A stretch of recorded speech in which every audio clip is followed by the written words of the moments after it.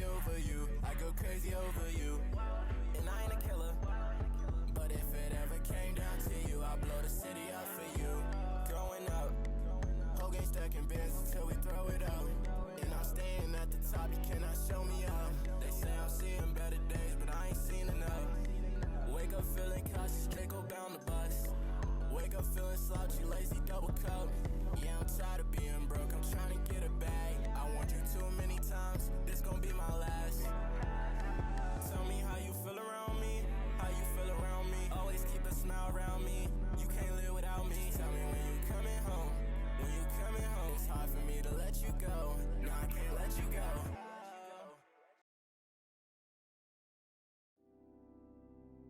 My name is Leon Nelson Hooks Sr. I am called now elder through my position in the church. Drill team first came when I was a little kid. I wanted to play an instrument. I wanted to play drums. My parents couldn't afford me no drum lessons.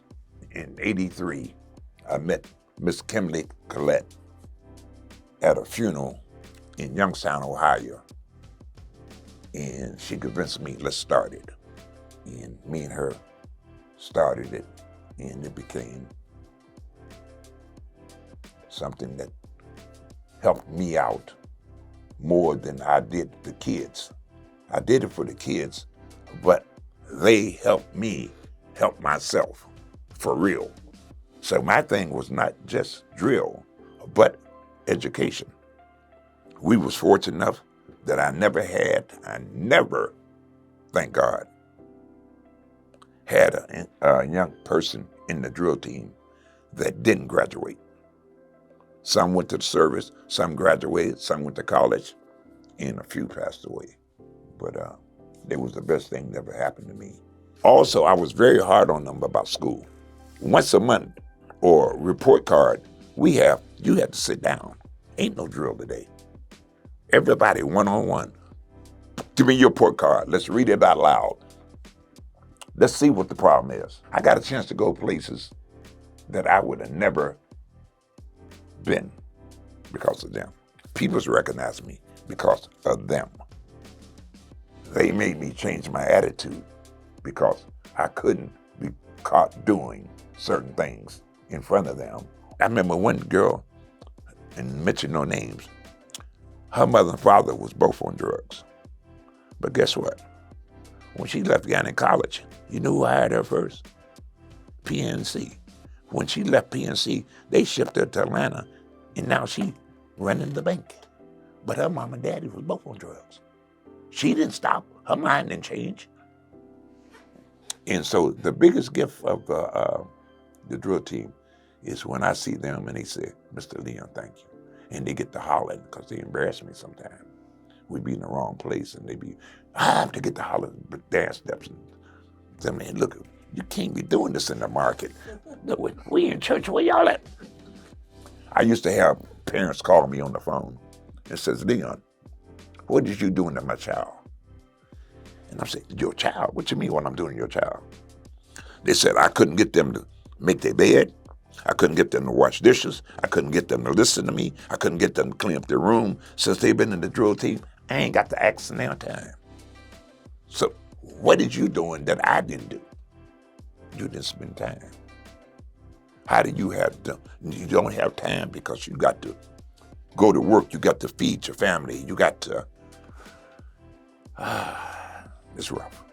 These grown-ups today, and all the ones who's in the drill team, see me in a restaurant, see me walking down the street, see me in a bar, see me anywhere, see me in church, and run up to me and hug me and thank me for what they went through. A lot of them parents was on drugs, but they made it.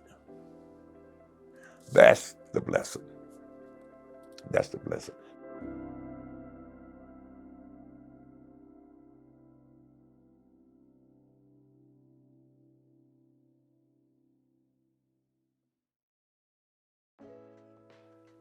I have a lot of children and got to find something for them to do. And Cookie Puyam and my husband, they called him Hooney, His name was James Thomas.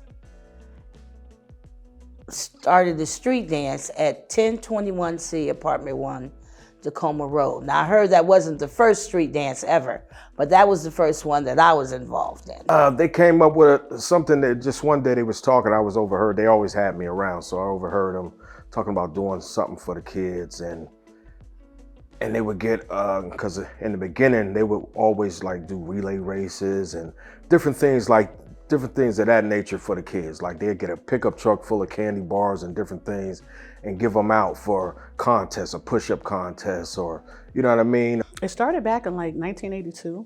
It was a year before I was born. So, my earliest remembering or whatever is back probably like 84. And that's when I started singing. And I wasn't really dancing, I was more singing than dancing. But back then, it was great. It was like a whole bunch of people. They loved the event. It was just something that they pretty much look forward to every year. It was always held the last Sunday of July. And when that day came, like everybody loved it. It brought everybody together. It was something to do. It was something to get people off the streets and, just to look forward to. It was the connection of everybody. Everybody loved to dance. They loved my father. He was the greatest. Every time they seen him, it was like, oh, Cookie, when's the street dance? We can't wait. We want to dance. We want to sing. We want to win a bike, a trophy. But dance, they loved to dance. That's, they would get their little troops, their little groups together, their little routines. It was from the young to the old, to like teenagers, actually. Even some adults wanted to perform. I got involved because when my dad was doing, I was always around him. And when my dad eventually passed away in early 90s, and Cookie continued running it, but I still was like, I hung around every time.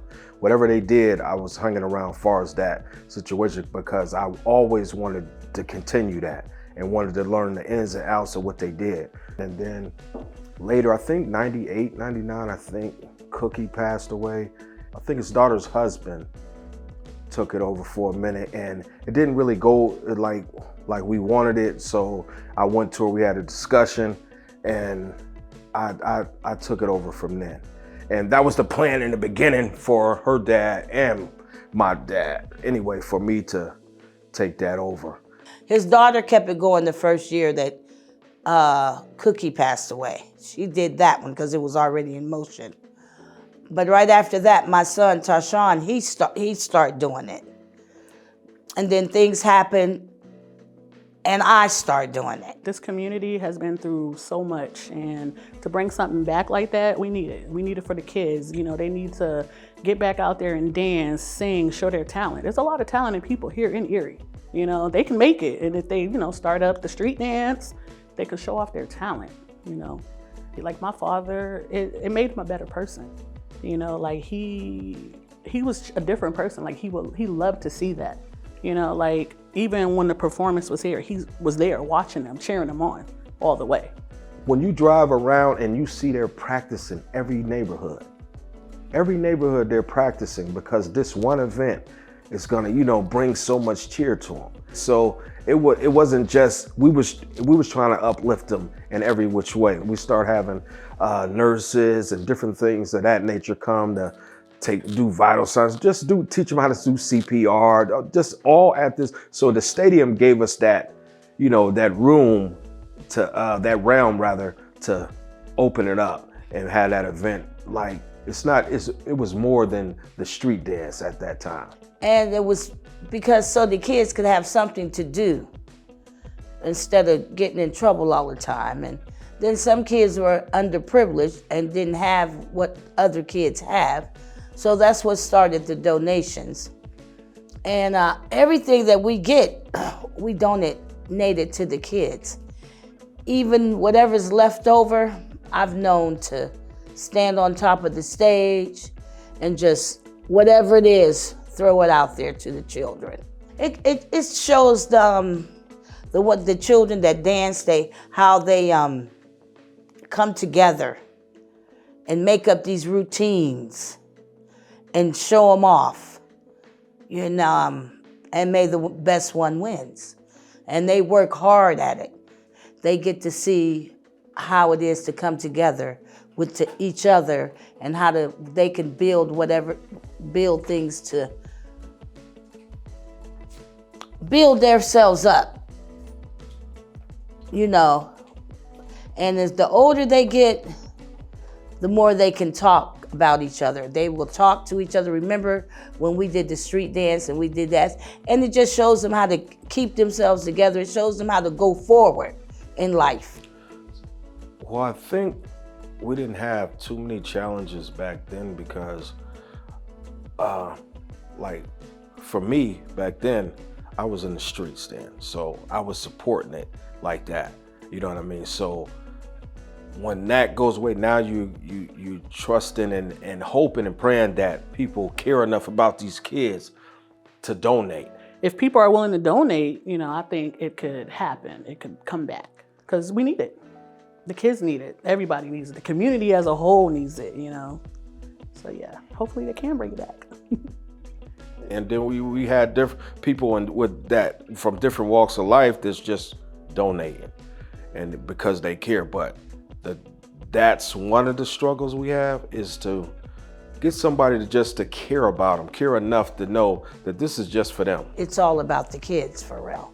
It's not about the grown-ups. It's about the kids and showing their talents, because they do have talents, and some children don't get a chance to show their talents everywhere. Some of them, they may be scared, they may be nervous, or they may just not have what they need to have to go as far as they want to go. If you want to donate, you can contact either me, myself, or my son, Tashawn Taylor.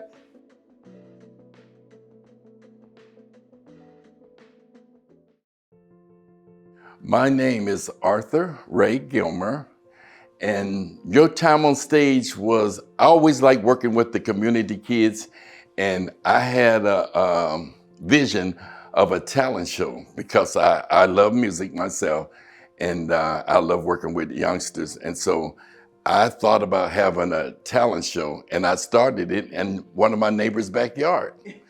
And I told Mrs. Butler, she was one of my den mothers for Cub Scout. And I said, can I have a talent show in your backyard? And she didn't hesitate. She said, sure. So she got the chairs and all of that, and we got the talent. We had Diana Ross and the Supremes. People did some of everything as to Your Time on Stage.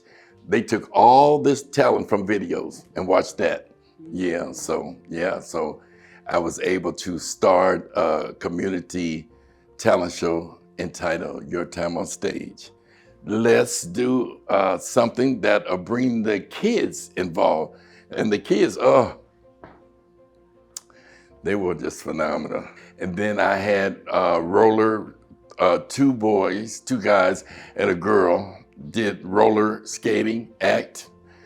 So they was like, oh, we'd like to be in that. And I said, well, why come? You're not in it. They said, because we're in a wheelchair. So I talked to them.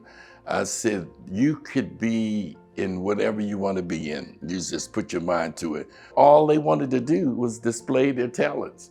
These kids aren't bad. They just want to show their talents and do something. And when they did that, they was, oh my God, they was proud. They cried and they did some of everything. A lot of emotions when it came to Your Time on Stage. And they loved it. Oh my God, did they ever? Yeah. And I was glad that I stepped in and was able to do that, So I felt proud. To me, Black excellence is togetherness. Bringing everybody together as a whole. The little kids that don't have a chance had a chance, and they go far, and they do what they're supposed to do. Like going to NBA, the NFL, the Hall of Fame. Black students or anybody that's requiring to do something for themselves and making something out of themselves, like these kids did. I had kids in there, had self-esteem, real low self-esteem. And after the show, I could see a difference in them. Yeah. Yeah.